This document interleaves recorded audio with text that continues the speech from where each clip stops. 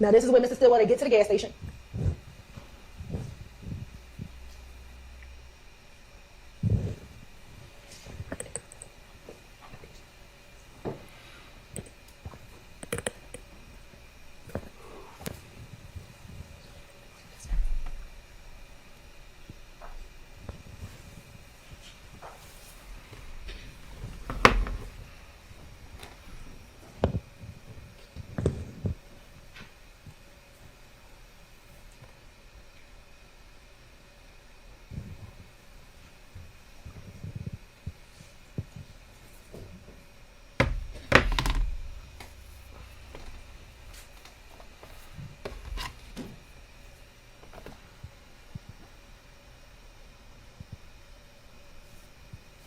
Now you see when Mr. Cornelius Nichols gets to the gas station.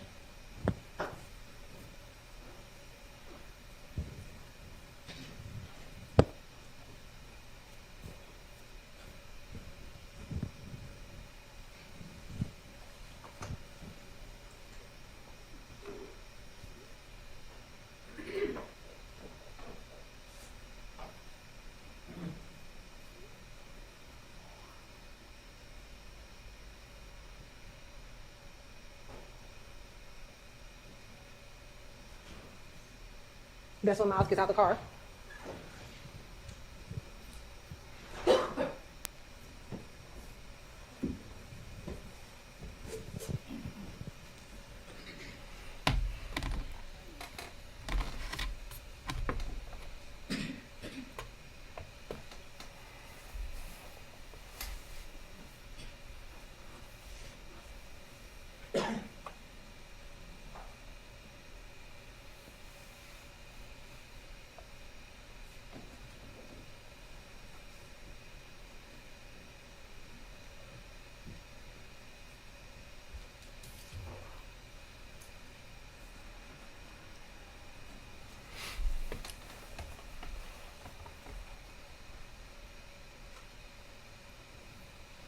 Now I want y'all to pay attention.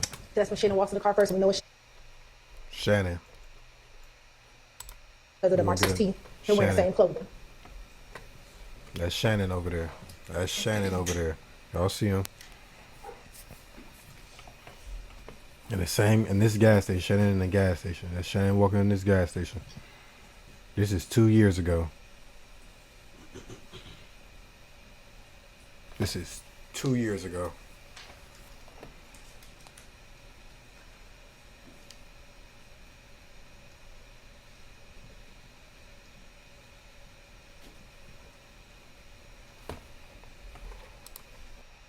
Shannon right there with the white hoodie. Of course, that's Cornelius Nichols when he walks inside the store.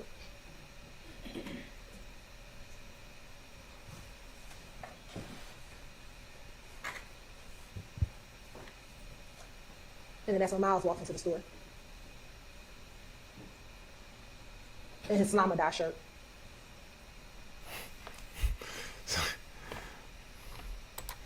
Why is she so petty? Why did you have to throw that out there? Slime or die. Like, you're so petty. Okay, it's merchandise. Like, come on now. But let's continue.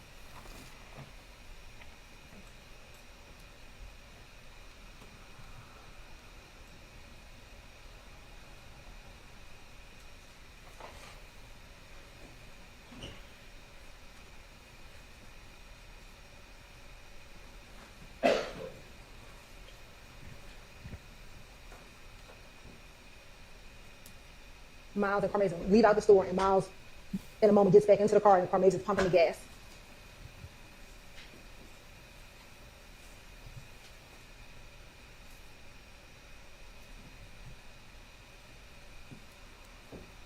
Sure.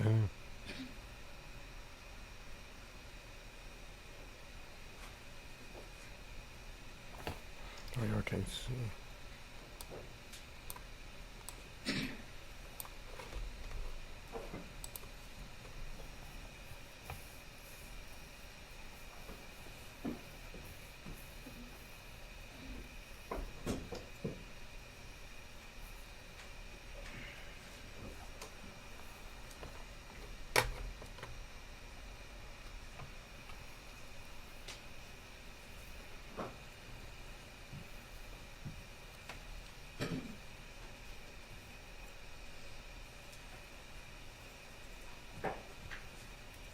Car Mavis goes back into the store.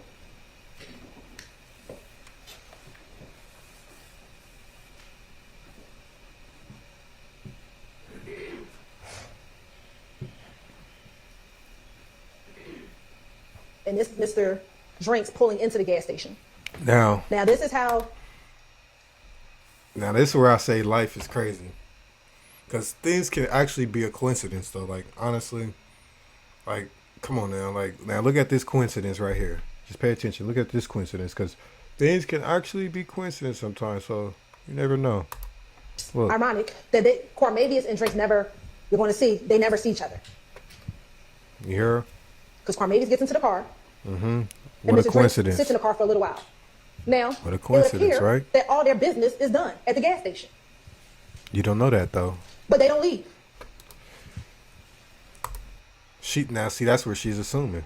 You're assuming that all their business is done. When you assume, you make a yourself. So that's where it's like, you believe what you want to believe. We all got our own brain. We all got our own mind. You believe what you want to believe, but common sense is common sense too. But everybody doesn't have common sense. Wait, what is it? Common sense isn't so common. Yeah.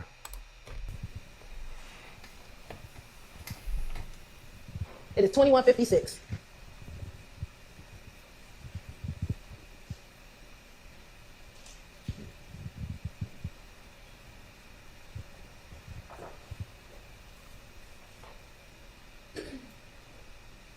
And she clear her throat one more time. Like, bro, what's in that throat?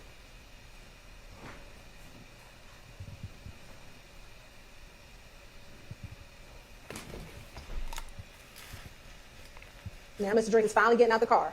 See where he's walking? He's walking closest to where Drinks and Demikian are in the car. And don't forget, that white car that's just sitting right there, that's where Shannon and that's where Shannon's at. That's where Shannon's at. And Shamel, remember, he gets out the red car. He doesn't see the people in the white car at all. But like I said, if you assume, you make it yourself. But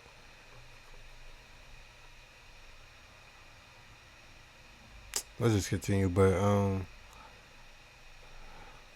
I don't know. It's kind of hard because your back is turned. But let's continue. Because look.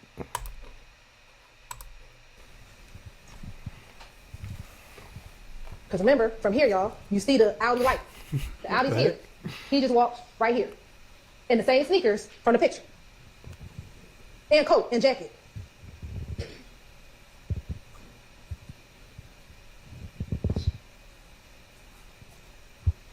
This is sad. This is his last moments. Like,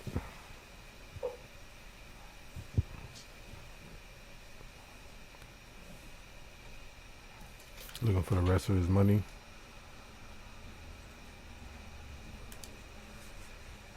He finna go back. Oh.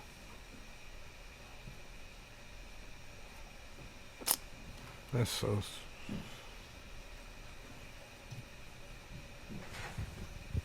They're still sitting there. None of them come back into the store.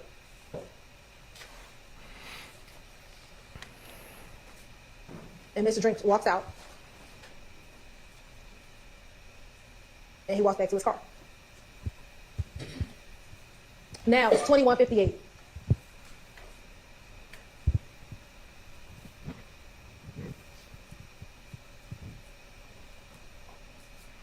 Neither car, they're not pumping gas, they're not getting anything. They're watching Mr. Drinks. I submit, confirming that that's the person in that social media post. Now we all seen him walk this way. So let's just be honest. What's the chances of them not seeing him walk past their car? You know? But then at the same time, you never know what they're doing in the car. And you never know if they even knew this Shamil. So it's like, of course they could say, oh, someone told me this and that, or word of mouth, this and that, but you don't know what's in every person's mind or each person's brain. So it's like, you can't assume. That's what she's doing. She's assuming. And that's where it's tricky with her evidence. It's like you're assuming. There's a lot of assumptions.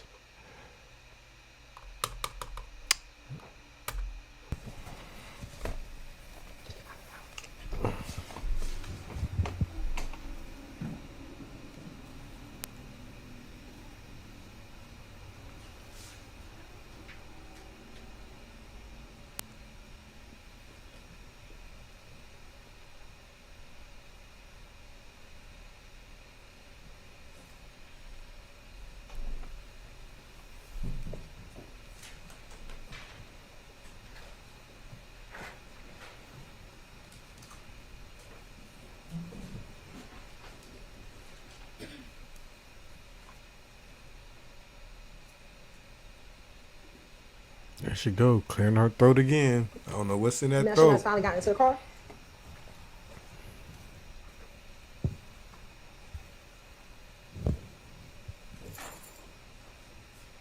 And I submit this is what's happening.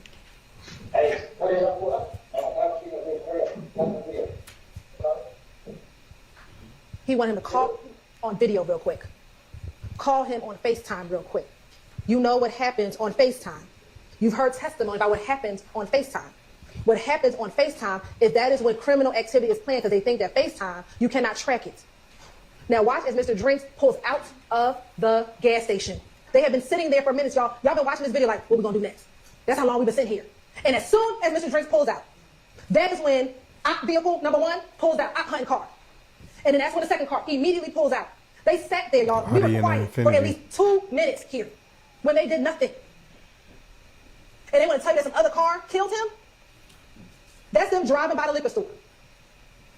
They laid in wait until Mr. Drinks pulled out.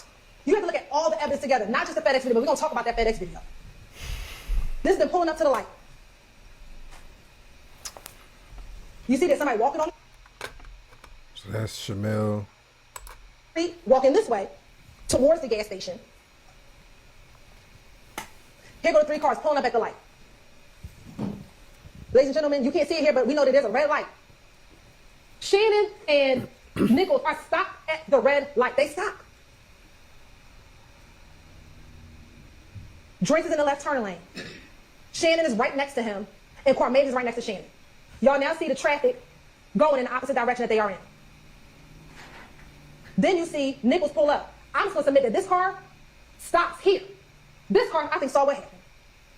Because he stops a little behind it, like, whoa. You had the person walking down the street.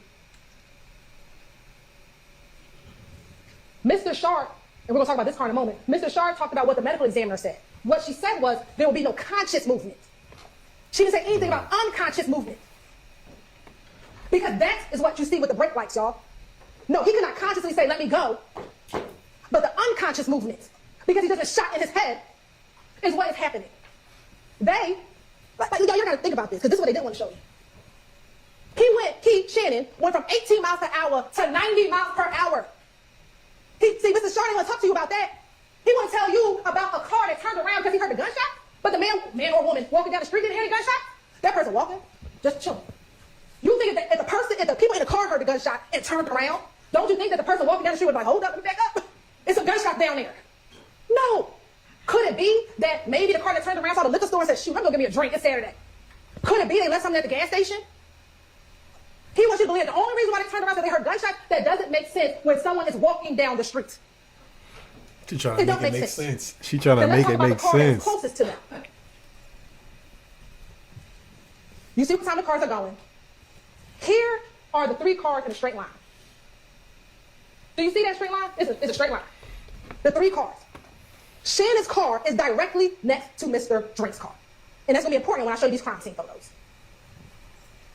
This other car that he wants to talk about, that he's like, oh, this is the one who killed, this is the person who shot. Oh, and we couldn't get LPR. What? Where was I going to get LPR from? Can't see no license plate. I don't even know what type of car it is.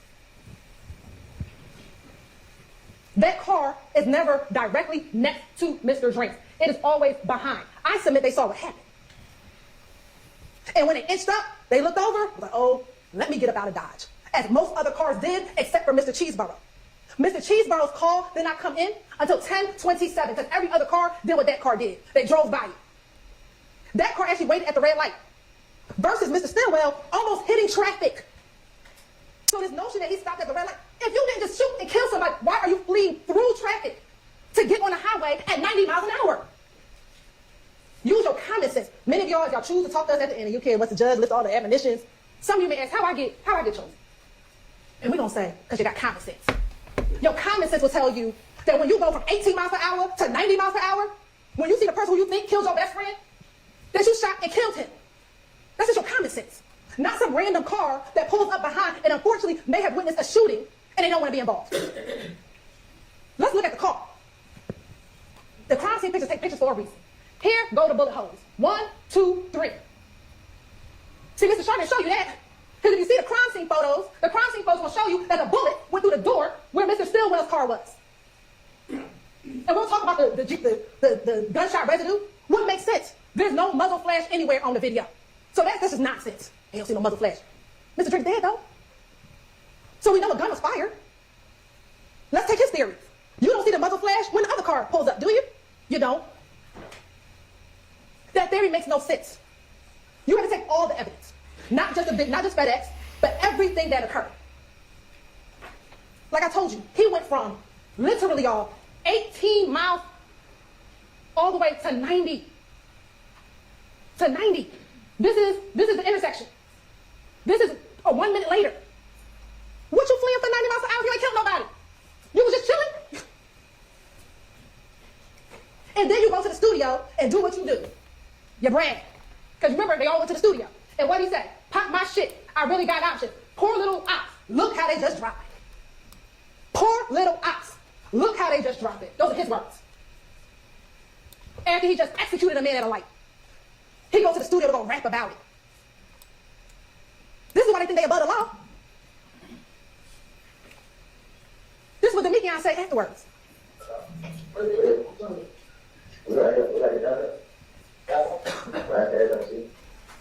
Now I know, I don't know if y'all remember when them two got to it. Mr. Reese was like, he said city, he said city. No, he said, I'm coming back. We just coming back through, riding trying to see.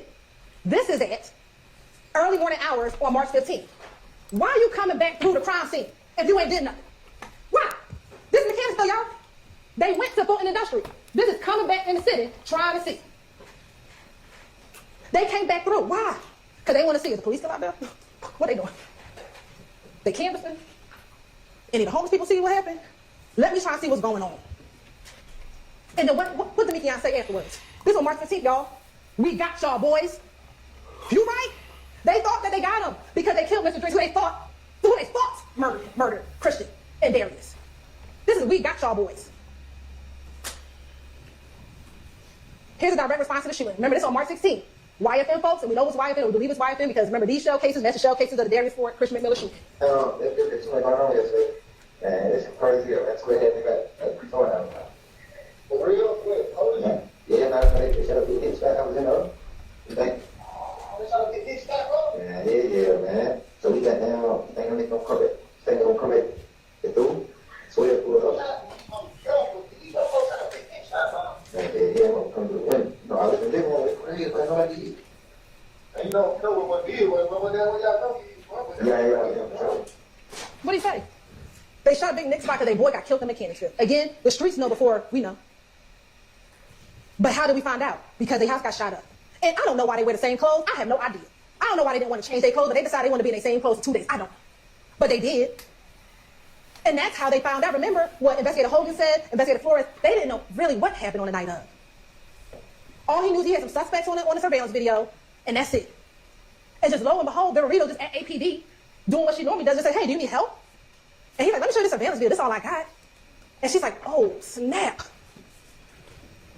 That's Shannon. I just saw him earlier today. Oh, and that's the car? He literally just told me that that's his car. And they're like, well, why would he do that? Why? I mean, if he just killed somebody in there, because they think they above the law. So they go, and they don't know at the time what the police know. So he tells them. So let's talk about consciousness of guilt.